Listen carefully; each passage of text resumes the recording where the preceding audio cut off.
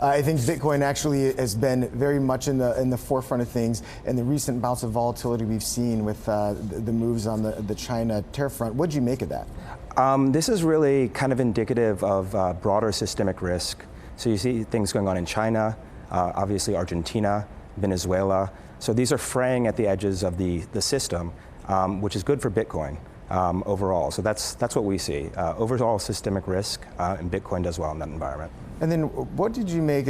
Some analysts and traders were speculating that some of the pop we saw out of Bitcoin, I think last week sometime, was that there was the concern about capital controls out of China, and that you could start looking at digital assets and cryptocurrencies. That was kind of what they're made for, is if central banks or governments try and cut off the flow of capital, that's a way to get around it. Do you think there's credence to that? Absolutely. I was actually in Hong Kong about a month and a half ago when the protests were less violent, and people that were actually not interested in digital assets at all, as those protests started to realize they had a lot of capital locked up in Hong Kong, and were starting to look for ways out. So that was actual evidence I had from high net worth individuals and discussions we had. And then, so just looking at what what we hear, and I've heard some say, look, it is a currency, but it's just got to kind of stabilize a little bit more, and it can be more as a store of value. Some are saying it's not meant to be a currency. Some are saying it's more of an asset. Where do you see Bitcoin and crypto falling in that space? Sure, it's everything to all people, right? So when you look at it as a store of value and you think about the volatility, you're like, how could it be a store of value when it's that volatile? But when you're thinking about the size of the financial system, we're talking about trillions of dollars to hundreds of trillions of dollars to maybe over $1 quadrillion when you're talking about derivative exposure. So whenever you have that amount of money moving over to something that's a store of value, you're going to see volatility. So even if it is a store of value, you're going to see a lot of volatility during this period. We think it's going to go up. We think it is going to assume that role. But just because of the size of the pressure coming against it, it is going to trade volatile. And just thinking of this, if you, I've heard that we want to look at it are things priced in it? Can you go out there and actually transact in it?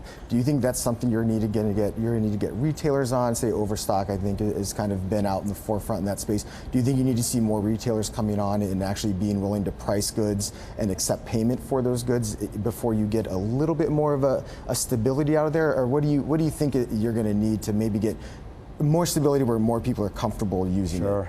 I think it's really time. We're talking about a system, the financial system, civilization that has been incredibly centralized and moving that direction for thousands of years. Bitcoin's 10 years old, so this is very new. So the structures and all the systems that we have, they really don't exist. So institutional people don't even have a way to get involved in this. So all these things are just starting now. So all the energy has been from the retail side.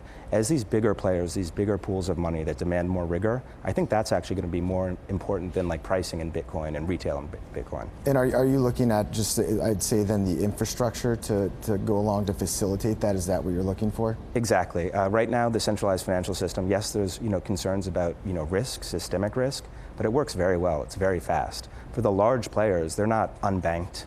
This isn't their problem. So until it meets at least that threshold of the centralized system, you're not going to see mass adoption. So I think the infrastructure plays, and they're harder to do in Decentraland. You can't command and control, you have wild ecosystems, so it takes more time to evolve those things, but they're coming, and it is happening. And do you think, I guess, we'll kind of we'll end on this question. Do you think Bitcoin is going to be the end-all, be-all for this, or do you think there's going to be sort of an ecosystem, just like you have different currencies, you're going to have different cryptocurrencies as well, or do you think there's going to be one player that emerges as the cryptocurrency? I don't know, and this is what I think is people have to be careful with. Either Bitcoin maximalists, these are people that believe it's going to be all Bitcoin, or people that feel otherwise. It's just too early to put all your eggs in one basket. So we advise a diversified approach. Look everywhere. This is a very fast-moving, evolving ecosystem. So if you're not willing to actually pay attention all the time, have somebody do it for you, and there's great security risk as well. But it's too early to be dogmatic about picking a winner, I think.